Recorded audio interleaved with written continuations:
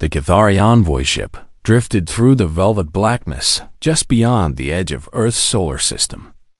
It moved silently, as all Cathari vessels did. No roaring engines, no pulsing thrusters, just a smooth glide through folded space. Inside, High Emissary Vrel sat cross-legged on a floating meditation disc, her 4 slender arms resting calmly against her lap.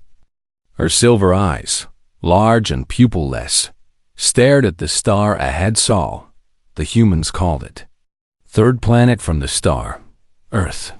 Vrel had spent over 200 years as a diplomat for the Galactic Concord. She had welcomed the warlike Xylos into the fold after their civil wars ended.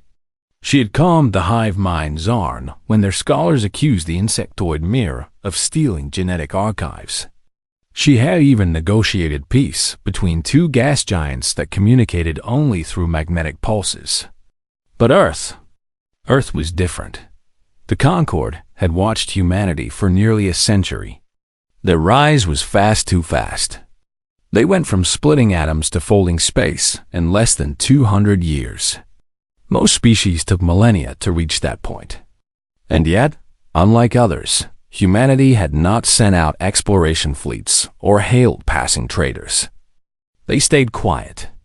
Too quiet. Now, Vrel was here to change that. Her ship, the Whisper of Accord, carried no weapons. Only gifts, seed libraries from 100 worlds, translations of galactic law, and a data crystal containing the full history of the Concord. It was standard protocol for first contact. Most species wept with joy. Some panicked. A few even fired warning shots. But all eventually spoke. Vrel sent the standard greeting, a multi-frequency burst containing mathematical primes, peace symbols, and her own biosignature. She waited. Minutes passed. Then hours. No reply came. She tried again, this time using Terran Standard English, which Concord linguists had pieced together from old radio broadcasts and satellite chatter. This is High Emissary Vrel of the Galactic Concord. We come in peace. We wish to speak with your leaders. Silence. Not static. Not interference. Just nothing. Vrel frowned. Cathari didn't frown often. Their faces were smooth. Emotion rarely shone outwardly, but inside, unease stirred. She ordered her ship closer, easing past the orbit of Neptune. Still nothing. No defense satellites. No patrol ships. Only a few ancient human machines, tumbling in slow decay around dead planets. Then, as she crossed the orbit of Mars, a voice finally crackled over her comms. Unidentified vessel, you are entering restricted space. Identify yourself and state your purpose. The voice was calm. Human. Female. It carried no fear, no excitement, just cold clarity. Vrel straightened. I am High Emissary Vrel of the Cathari, representing the Galactic Concord. We seek peaceful dialogue with the people of Earth. A pause. Then, please remain at your current position. Do not proceed further. A delegation will meet you shortly. Vrel obeyed. She watched as 3 small human ships emerged from the darkness near the moon. They were fast, sleek things more like blades than ships. No visible weapons, but Vrel could sense the power humming in their frames. They formed a triangle around her vessel and held position. Then a larger ship arrived, a blunt, blocky thing compared to the elegant arcs of Concord design.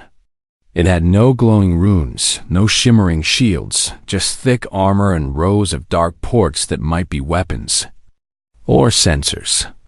It docked silently with her ship, magnetic clamps hissing as they locked into place. Moments later, a human walked into her chamber. He wore a dark gray uniform with no rank insignia. His face was lined but calm. His eyes, brown and sharp, met hers without flinching. He did not bow, did not smile, just stood there, hands clasped behind his back. I'm Director Allen, he said. United Earth Government, First Contact Office. Vrel rose slowly. It is an honor, she said, bowing her head slightly. Director Arlen nodded once. You're not in honor.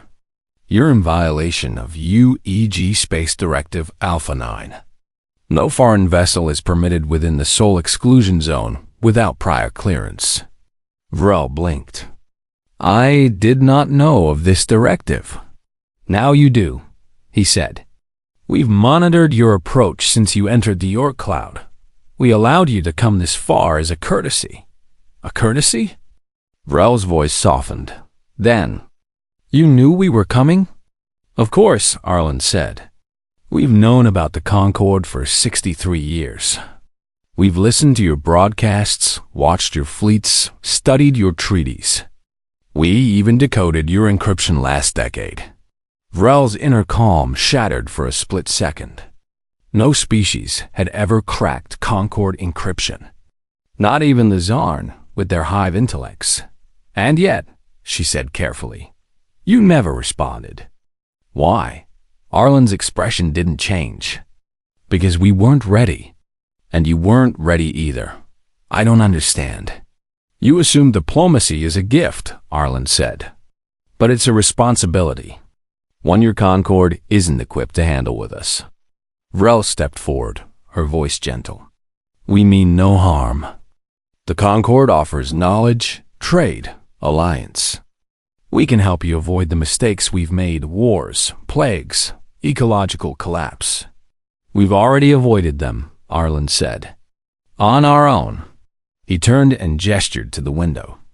Beyond it, Earth glowed blue, white, alive. We fought world wars. We poisoned our skies. We stood on the edge of extinction more than once. But we pulled back, not because aliens showed up with wisdom, but because we chose to. Vrel hesitated. Then you reject our offer. I'm not rejecting anything, Arlen said. I'm deferring it. Humanity isn't joining your council. We won't accept embassies, trade routes, or shared technology. Not now, maybe not ever. Vrel's forehands tightened slightly. This is unprecedented. Every species seeks connection. Not us, Arlen said. We've seen what happens when civilizations rush into galactic politics. Whole cultures vanish absorbed, rewritten, forgotten. We won't let that happen to ours. But isolation breeds fear. Fear breeds worse, Arlen countered. Arrogance, dependency, the belief that someone else will save you. We save ourselves. He turned back to her. You may stay in orbit for 12 hours to replenish your systems. After that, you must leave. Tell your Concorde. We're watching, but we're not participating. Vrel wanted to argue, to plead, to explain how rare this opportunity was. But something in Arlen's eyes stopped her. It wasn't hostility. It was resolve. The kind forged in fire and silence. May I at least leave the gifts? She asked quietly. Arlen considered it, then nodded. We'll accept the data crystal. The rest, take back. We don't need seeds from other worlds. Our soil is enough. He turned to leave, then paused. One more thing, emissary. Yes? If you send another ship before we call for you, it won't be welcomed. He didn't say we'll destroy it. He didn't need to. The warning hung in the air like a blade. Minutes later, Arlen and his ships were gone. The whisper of a cord floated alone again. The data crystal now sitting in its hold empty of everything but one file, labeled simply, for your eyes only. Do not share. Vrel didn't open it. Not yet. She stared at Earth a while longer. From here, it looked fragile. A pale blue dot in an ocean of stars. But Vrel knew better now. Fragile things break when pushed. Earth hadn't broken. It had simply closed its door.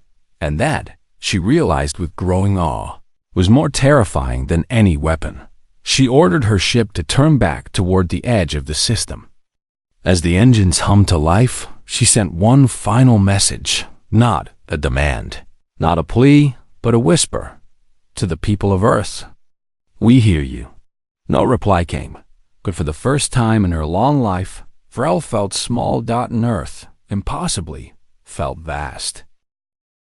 The silence from Earth lasted for 3 long months. High Emissary Vrel returned to the Galactic Concorde's central hub, a vast orbital ring circling the gas giant Tarnus, and delivered her report. She spoke slowly, carefully, choosing each word as if walking on glass. She described Earth's quiet strength, their refusal of gifts, their calm warning. She even played the recording of Director Arlen's voice, flat and firm.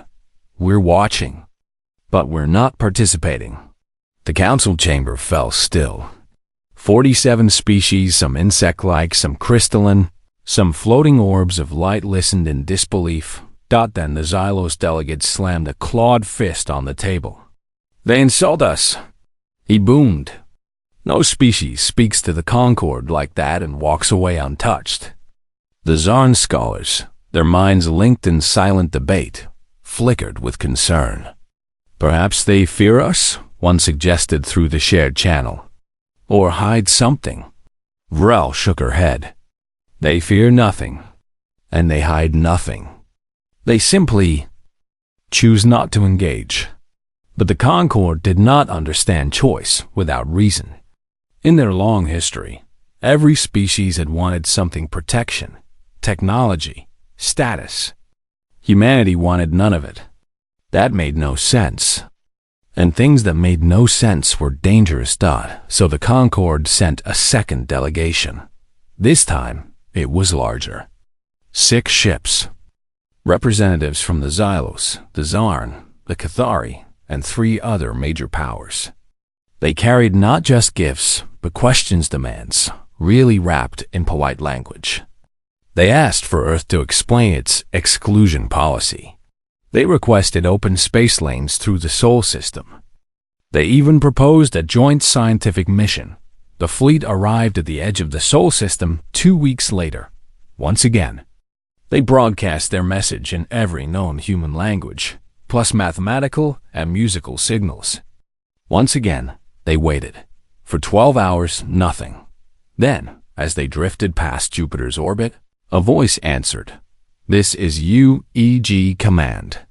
You are in violation of Space Directive Alpha 9. Turn back immediately. It was the same calm tone.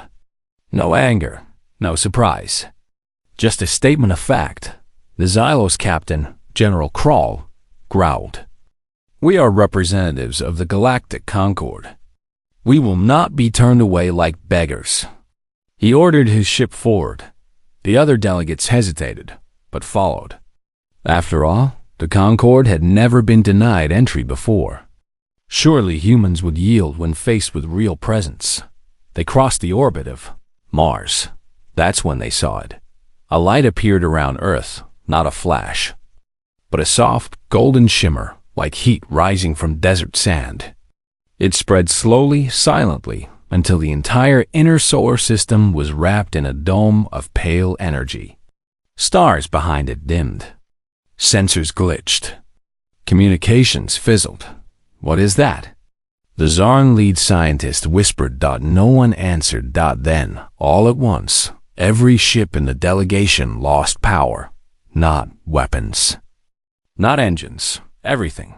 Life support, lights, gravity, all gone for exactly 10 seconds. Then, just as suddenly, everything returned. But now, a new message played on every comms channel in every language. You were warned. General Krall roared in fury. They dare attack a Concorde fleet? They didn't attack, the Zarn scientist said, trembling. They showed us they could. The humans hadn't fired a shot. They hadn't even spoken harshly. They had simply switched off their technology, then switched it back on. Like flipping a light, the message was clear. We control this space. Not you. Still, the Xylos refused to retreat. We must press on, Krall insisted. If they will not talk, we will make them listen. The Cathari delegate, a junior envoy named Miral, tried to intervene. This is not diplomacy. This is provocation. But Crawl would not be swayed. He ordered his warship, the Iron Fang, to move ahead at full speed, shields raised, weapons powered but not armed. He claimed he only wanted to test the barrier. The other ships hung back, watching. The Iron Fang hit the golden shimmer and stopped, not slowed, not deflected.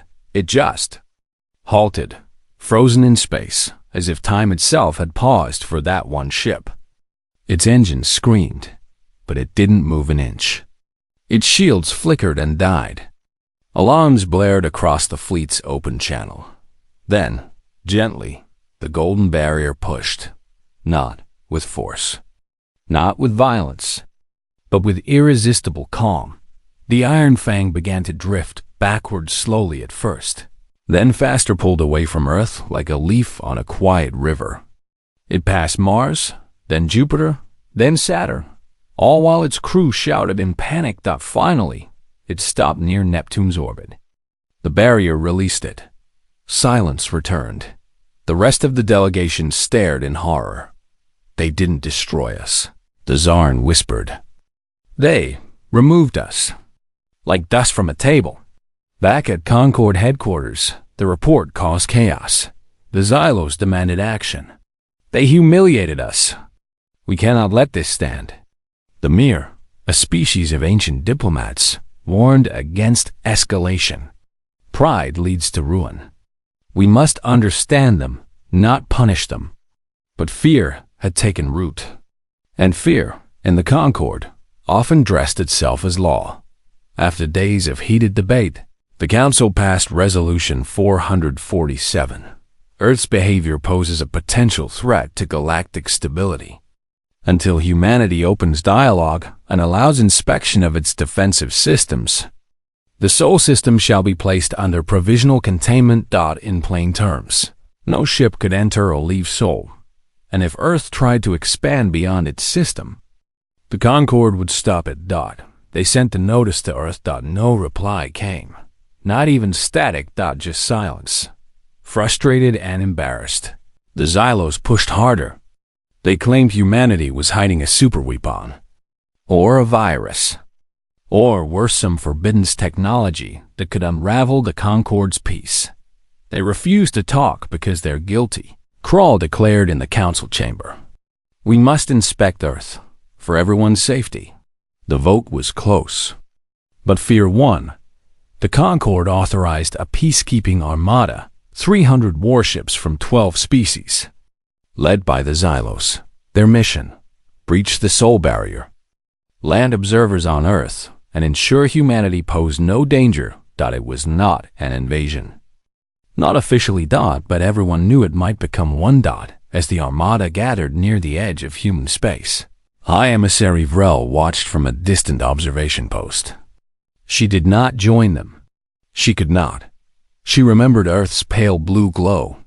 She remembered the quiet voice that said, "We save ourselves." Now, hundreds of warships prepared to test that resolve. Vrel closed her silver eyes and sent a silent wish, not to her gods, but to the humans. Please, don't make them regret this. Far ahead, the armada activated their gravitic lances. Their chronoton torpedoes warmed up. Their neural disruptors hummed to life. Weapons that had crushed rebellions, silenced planets, and ended wars in seconds. They moved as one toward the golden shimmer around Sol. And Earth. Earth said nothing. It just waited. The armada entered the Sol system like a storm. 300 ships, some sharp as knives, others bloated with weapons, all painted in the colors of their homeworlds, moved in perfect formation. At their head flew the Xylos flagship, Dreadmaw, its hull scarred from 100 battles. General Crawl stood on the command deck, arms crossed, eyes fixed on the pale golden shimmer that wrapped around the inner planets like a silent wall. "Ready all weapons," he ordered. "We will break this barrier in 10 seconds. Around him, officers tensed. Even the calm Zarn scientists aboard the science vessel Mind's Eye held their breath. This was it. The moment Earth would either yield or fall. Fire. Gravity lanced his beams that twisted space itself lanced out first. They struck the barrier and vanished without a ripple. Not a spark. Not a crack. Just gone. Then came the chronoton torpedoes, weapons that aged metal to dust in seconds. They hit the shimmer and stopped. Hanging in midair like toys tossed into water. Next, neural disruptors pulsed, sending waves meant to shut down all electronic thought. The barrier didn't flicker. Finally, the Xylos fired their plasma cannons, white-hot rivers of ionized gas that had melted asteroid bases to slag. The plasma struck the golden wall and simply stopped, as if hitting an invisible mirror. It pooled for a moment, then drained away into nothing. Silence filled the comms. What is this? Whispered a mere pilot from the rear lines. General Krall's face darkened. Again, full power. All ships concentrate fire on one point. For 5 full minutes, the Armada unleashed everything it had. Beams, missiles, gravity mines, sonic shrapnel, even experimental dark matter projectors. The sky around Earth should have burned. Space should have torn, but the barrier did not bend. It did not glow brighter. It did not react at all. It simply was. Then, without warning, the barrier changed. Not in anger. Not in threat. Just shifted. A soft hum filled every ship's hull, gentle, almost musical. Lights dimmed, then brightened. Gravity flickered. Then, every ship in the Armada felt it. A push, not a shove. Not a blast. Just a steady, calm pressure, like a giant hand placing them back where they belonged. The ships began to move. Engines off. Thrusters dead. Yet they slid backward smoothly, silently away from Earth. Past Mars, past Jupiter, faster and faster. Until they were flung beyond Neptune's orbit like pebbles tossed from a child's palm. The whole thing took less than 3 minutes. When the Armada stopped, every system rebooted on its own. No damage, no injuries, no missing data. Only one new file appeared in every ship's main computer that it opened automatically. On every screen, in every language known to the Concorde, 3 words glowed softly. You are not ready. General Krall stared at the words. His claws clenched so tight they drew blood. He wanted to scream, to order another attack. But even he felt it, the truth beneath those words. They hadn't been defeated. They'd been judged and found lacking. Back on the Zarn vessel, the lead scientist trembled. It's not a shield, she whispered to her crew. It's something else. Something we don't understand. On the Mir cruiser, an elder closed his many eyes. They did not fight us. They showed us our place. Across the Armada, silence spread, not the silence of defeat, but of awe. Meanwhile, on Earth, nothing changed. Cities buzzed. Children went to school. Trains ran on time. No celebrations. No broadcasts. Just life, as usual. Because to humanity, this wasn't a victory. It was a duty. Deep beneath the Himalayas, in a room lined with humming quantum cores, Director Arlen watched the Armada retreat on a simple screen. He sipped black coffee, his face unreadable. Did they learn anything? Asked the young analyst beside him. Arlen didn't answer right away. He stared at the image of 300 alien ships drifting helplessly in the outer dark. Maybe, he said at last. But probably not. He tapped a key. The screen went dark. Far above, the golden barrier remained quiet, patient, endless. Back at the Concorde hub, chaos erupted. The Xylos demanded war. They insulted us. They must be brought to heel. But others spoke more softly. Their power is unlike anything we've seen, said a Mir elder. They could have destroyed us. But they didn't. Why? The Zarn scholars uploaded the strange data packet Earth had sent. Not just words hidden within the message, were tiny pulses of quantum information. Mathematical patterns so advanced they made Zarn supercomputers stutter. One pattern showed a wave slow, silent, spreading from the galactic core. It wasn't energy. It wasn't matter. It was decay, a breakdown of cause and effect, of time itself. The Zarn team worked for days. Then, pale with fear, they called an emergency session. "We were wrong," their leader said, voice shaking. "Earth isn't hiding a weapon. They're holding back something far worse." But the Concorde didn't believe them. Not yet. Only Vrel listened. She remembered the calm in Arlen's eyes. The way Earth didn't boast, didn't threaten, didn't even seem surprised when the Armada came. Now she understood. Humanity wasn't refusing diplomacy out of pride. They were refusing it out of mercy. Because some truths, once shared too soon, could break minds. Or entire civilizations. And the Concorde? The Concorde was not ready. So Earth stayed silent. Not out of fear, but because they cared too much to lie. And too much to tell the truth just yet. As the Armada limped home, shamefaced and confused. One thing became clear to every species that watched. Humanity was not like them. They did not seek to rule. They did not seek to join. They stood alone, not because they were weak, but because they were strong enough to bear the weight of silence. And in that silence, the galaxy finally began to wonder what Earth was truly protecting them from. Not with weapons, but with wisdom. And that, more than any warship, more than any shield, terrified the stars. High Emissary Vrel had not slept in weeks. She drifted alone in her small observation pod near the edge of human space, staring at the golden shimmer around Sol. The Concorde had recalled her. They called her too soft. They said she let human silence cloud her judgment. But Vrel knew better. She had felt it, the truth hiding behind Earth's walls. It wasn't arrogance. It was something heavier. Something older than pride. One night, or what passed for a night in deep space, she did something no diplomat had ever done. She sent a message. Not as an envoy.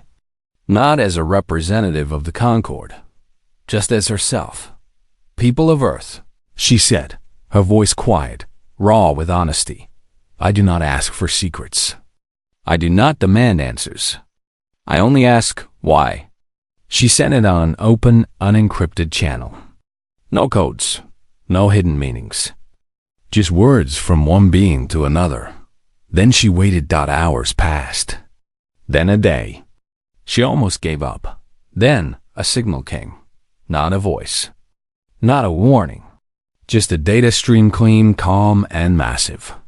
Terabytes of information poured into her ship's systems. Her screens filled with charts, equations, star maps, and logs unlike anything the Concorde had ever seen. At first, she didn't understand. But then she saw the pattern. It started in the galactic core billions of years ago. A slow ripple in the fabric of reality itself. Not radiation. Not gravity. Something deeper. Scientists called it entropic decay. It meant the laws of physics were weakening, because no longer always led to effect. Time frayed at the edges. Matter forgot how to stay solid. Most species never noticed. Their instruments weren't fine enough. Their minds weren't trained to see the cracks in existence, but humans had. For decades, Earth's best minds studied the anomaly. They watched as distant stars blinked out not from explosion, but from unmaking their atoms, simply losing the will to hold together. Galaxies far away began to behave strangely. Light bent the wrong way. Particles appeared where they shouldn't. Clocks ran backward in deep voids. The Concorde had dismissed it as noise, glitches, cosmic static. But humanity took it. Seriously. And they didn't run. They built not weapons, not ships. They built a causality anchor, a field that locked space, time, and physical law in place around their solar system. The golden shimmer wasn't a shield against ships or lasers. It was a patch over reality itself. A lifeboat in a sea of unraveling physics. And here was the worst part. Sharing this technology too soon would make things worse. Why? Because the anchor needed perfect stability. If another species tried to copy it without understanding the math, without having gone through the same pain, the same near extinctions, the same hard-won unity, they might create a flawed version. And a flawed anchor wouldn't hold reality together. It would tear it apart faster. That's why Earth stayed silent, not because they hated aliens, but because they loved the universe too much to risk it. Vrel read deeper. She saw logs from human scientists who worked themselves to death. She saw failed experiments that nearly broke time in their labs. She saw debates, fierce, tearful arguments about whether to tell anyone at all. In the end, they chose silence. They chose to stand guard alone. Because if they failed, no one else would even know the universe had ended. It would just stop making sense. Tears real, warm tears rolled down Vrel's silver cheeks. She had spent her life building bridges between stars. But humanity had built a dam against the end of everything. And never asked for thanks. She turned her ship toward the Concord hub, her heart heavy with shame and awe. When she arrived, she did not go to the main chamber. She went straight to the Zarn scholars, the mere elders, even the quiet observers from the smaller species. She shared everything, the data, the truth, the terrible weight Earth carried. At first, they didn't believe her. It's impossible, said a Xylos officer. No species could hold back entropy. But the Zarn ran the numbers, and the numbers did not lie. One by one, the doubters fell silent. The mere elder bowed his head. All this time, we thought them proud. But they were protecting us from a danger we couldn't even see. General Kroll, once so loud, now stood in the corner, saying nothing. His warships had charged Earth like angry children, while humans held the line against the dark. The Concord called an emergency session. This time, no one shouted. Vrel stood before them all and spoke softly. Earth is not our enemy. They are our shield. And we almost broke it by knocking too hard. She played a final file from the human data, short video log from a young scientist named Alera Chen. She stood in a quiet lab, her face tired but kind. If you're watching this, she said, it means you finally understood. Good. Now listen. The wave is still coming. It's slower than we feared, but it's real. We've bought time, but not forever.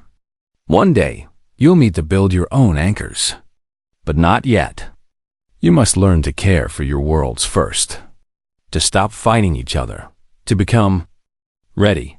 The video ended. No music. No grand speech. Just truth. In the silence that followed, the Xylos general stepped forward. I was wrong, he said, his voice rough. We will not send ships again. Not until Earth calls. The Concord agreed. They revoked the containment order. They erased all war plans. They declared soul space sacred not by law, but by respect. And then they waited. For weeks. Nothing happened. Earth remained silent. The golden barrier stayed in place. But now, the galaxy watched not with fear, but with gratitude. And somewhere in the heart of that golden light, humans kept working quietly, tirelessly holding back the end of everything, so others could have more time to grow, to heal, to become worthy of the stars. They never asked to be heroes, but they were. And this time, the galaxy finally saw it. Weeks turned into months. The golden barrier around Sol remained, unmoving, silent. The Galactic Concord kept its distance. No ships approached. No messages were sent. The armada that once came to challenge Earth now sat idle in dry dock. Its crews humbled, its weapons cold. The galaxy held its breath. Then, one ordinary morning, according to Earth's calendar, a small human vessel emerged from the shimmering wall. It was not a warship, not a flagship, just a modest science corvette, white with blue stripes, no larger than a freighter. It bore no weapons, no emblems, only a simple name painted on its side. Horizon. It moved slowly toward the edge of the system, where the empty dark began. There, it stopped and opened the channel. "This is the UEG science vessel Horizon," said a calm, young-voiced female, with a slight accent that sounded like old Terran coastal regions. "We invite representatives of the Galactic Concord to approach. One ship only. No weapons. No shields active. Come in peace, and you will be welcomed." The message repeated in Cathari, Xylo, Zarn, Mir, and 43 other languages. Across the Concord, disbelief turned to cautious hope. High Emissary Vrel was the first to respond. She requested permission to go. The Council, still shaken by what they had learned, agreed without debate. She took her old ship, the Whisper of Accord, and flew alone. As she neared the horizon, she saw its airlock open. A ramp extended. Inside stood 3 humans, 2 women and 1 man, all in simple gray uniforms. No armor, no sidearms, just open hands. Vrel stepped onto the ramp, her silver eyes wide. The woman who had spoken, a scientist named Dr. Myra Cho, smiled gently.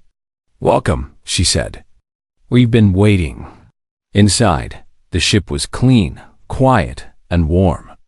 No alien tech. No glowing panels. Just soft lights, wood-like walls, and the faint smell of coffee. "You sent us the truth," Vrel said, her voice trembling. "Why now?" Dr. Cho led her to a small observation room with a window facing Earth. The planet glowed below, blue and alive. "Because you were ready," she said simply. She gestured to a table. On it sat data cores, not encrypted, not locked. Open for anyone to read. "These contain everything," Dr. Cho explained. "How we built the causality anchor. How to detect entropic decay. How to stabilize local spacetime. But also, how not to break it." She looked Vrel in the eyes. "We won't give you the tech to copy. We'll teach you how to earn it." Vrel understood. This wasn't a gift. It was a path. Over the next days, other species sent their wisest Dzar mathematicians, mere philosophers, even a quiet Xylos engineer who had once fired on Earth. They came not as conquerors or delegates, but as students. The humans did not lecture. They asked questions. How do your people solve conflicts? What do you do when your world is sick? Who do you protect when resources run low? The answers mattered more than any equation. One evening, General Krull stood on the Horizon's deck, staring at Earth. He had not spoken much since arriving. "I once thought strength was in weapons," he said quietly to Dr. Cho. "Now I see it's in silence, in waiting, in holding the line while others sleep." She nodded. "Strength is knowing when not to act." Back on Earth, deep in the Himalayan Research Center, Director Arlen watched feeds from the horizon. He saw Vrel learning quantum harmonics from a human teen. He saw Zarnskala crying as she grasped how Earth had shielded her home without her even knowing. He took a slow breath. Then he pressed a single key. Far above, the golden barrier on Sol flickered just once and softened at the edges. Not gone, but open. Like a door held ajar. It was not an invitation to invade. It was a promise. "We trust you now."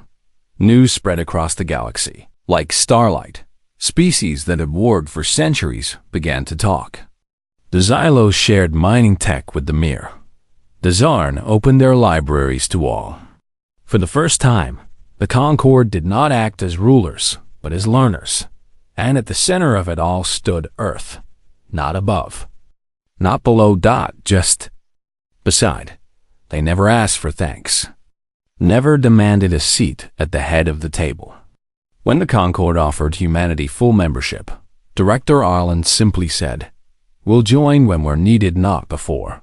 Years passed. New human ships began to leave Sol not to conquer, but to help. They guided worlds through climate collapse.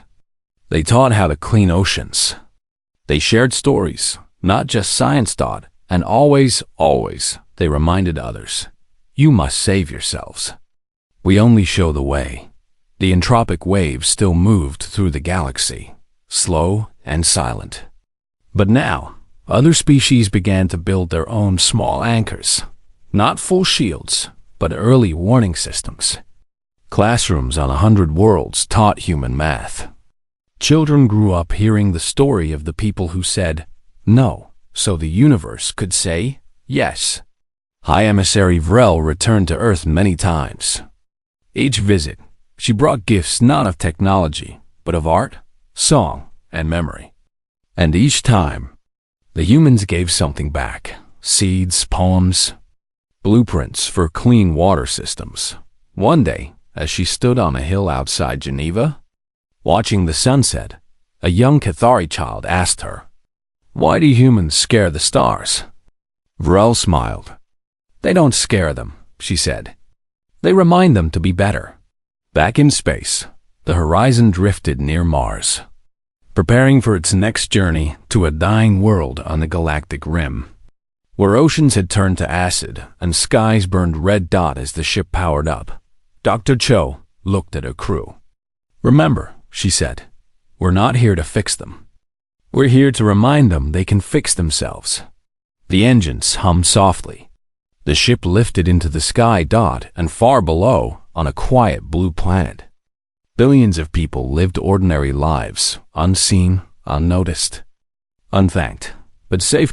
And that was enough. For in the end, humanity's greatest victory wasn't in refusing the galaxy. It was in giving it hope, without ever asking for glory in return.